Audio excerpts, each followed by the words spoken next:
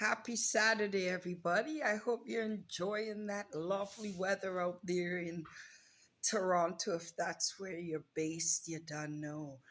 This afternoon, I want to talk, or this evening, I should say, I want to talk about the Canadian institutions that stand strong in Canadian society today and just how much they contradict their values and their code of ethics. You know what I mean?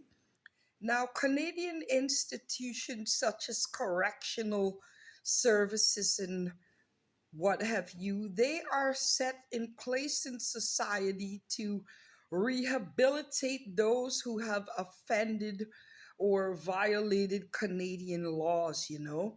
So their role is to rehabilitate such individuals so that they can reintegrate back into society and demonstrate that they have learned better ways, better coping mechanism, and make better choices.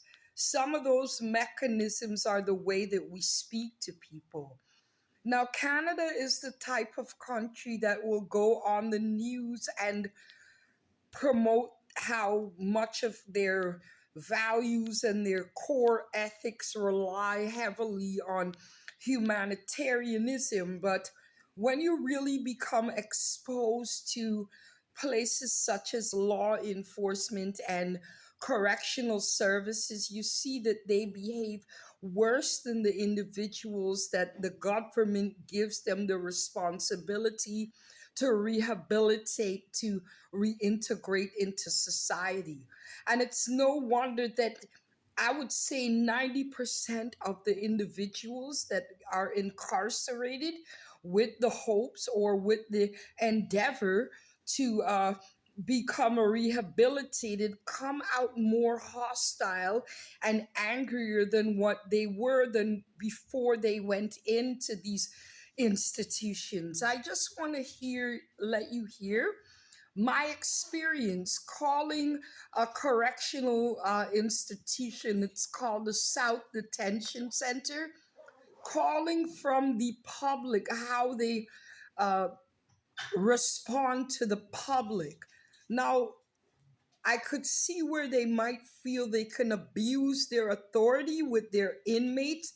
But when the public calls in and we have the Premier of Ontario saying they're calling for stiffer laws, and what about the behavior of the correctional officers and the frontline workers?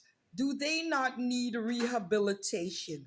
I'll let you hear for yourself and you can leave me your thoughts in the comment section just below. My experience calling to the South Detention Center in the Etobicoke area of Toronto. Here we go. Who's your who is your manager, ma'am? Why do you need manager for? Because you people are very rude for the face front of correctional services. And you're not supposed to speak to the public that way. I could see how the way you probably treat those who are incarcerated, but I am calling you from the public. And you're rushing me off, being dismissive. And your colleague, sorry, I'm allowed to talk, no? We're still in Canada, no? Where there's civility, right? And you're not exercising any civility at all whatsoever. Now, you don't talk through somebody. It's anybody that has etiquette and civility would know you allow the other person to speak first. Now, your co-worker, who I highly doubt is your supervisor, turned to me and said that my son is waiting for a GPS. I wasn't finished, ma'am. Yeah, because my daughter just spoke. Now I'm the mother. And you don't tell me what I heard in the courtroom when I'm clear and concise and can speak and understand English fluently. It's my first language. You're not supposed to talk to people that way. And I want you to know that sometimes you don't know who's on the other end of the telephone. and you just run off your mouth because you affiliate people calling with your prisoners. No human being is supposed to be treated that way. It is in the Charter of Canadian Rights and Freedom. Okay, I'm not going to come at you and act hostile the way you did to me. I will hit you back. I will hit you back with legislation, and I will also follow up on Monday morning with the Attorney General and those who are in office to oversee correctional officers such as you. Whether it's on the phone or not, you do not treat the public like that. And even if my son was a murderer, you still do not bear the right to treat people less than what it says in the book of Canadian legislation. Hey, ma'am, can I just have a word? Can I say something? Because you're talking for 4 minutes. I will, yes, let me hear your response. I just processed your son's paperwork to get them released. Your co-worker. No, I processed that release. And he's going to be signed, and I told you to leave and come to pick him up. He's going to be released soon. I don't know what's your problem. I just told you my problem. Your co-worker has no etiquette or civility. And that is a problem. How do you expect people to rehabilitate in your jail? Ma'am, I have to go. I have other releases. Yes, ma'am. I heard what you said. Bye-bye. Oh.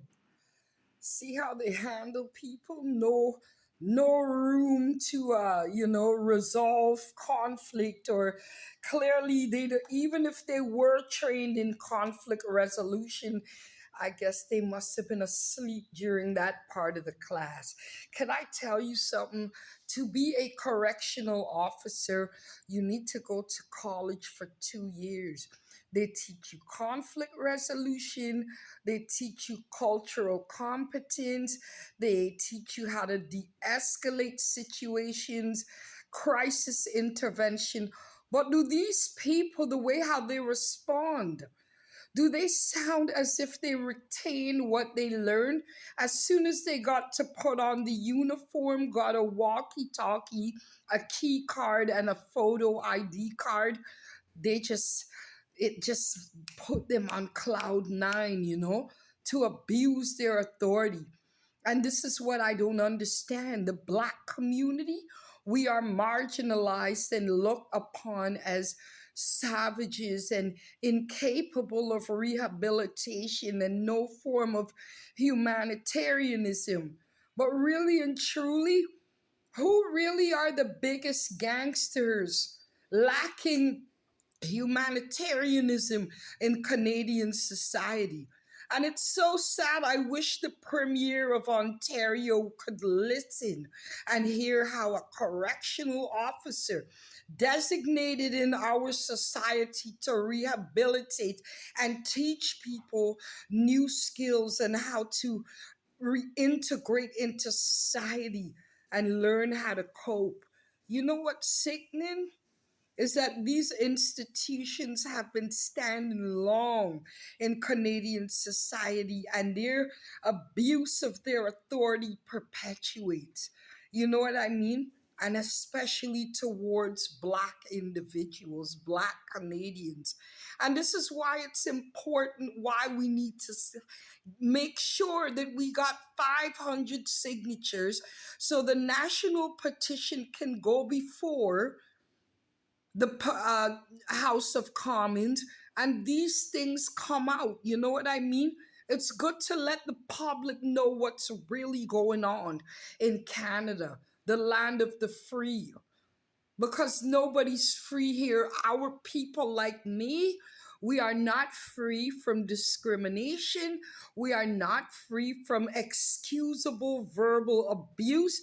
And we are always the victims of the abuse of authority in this country.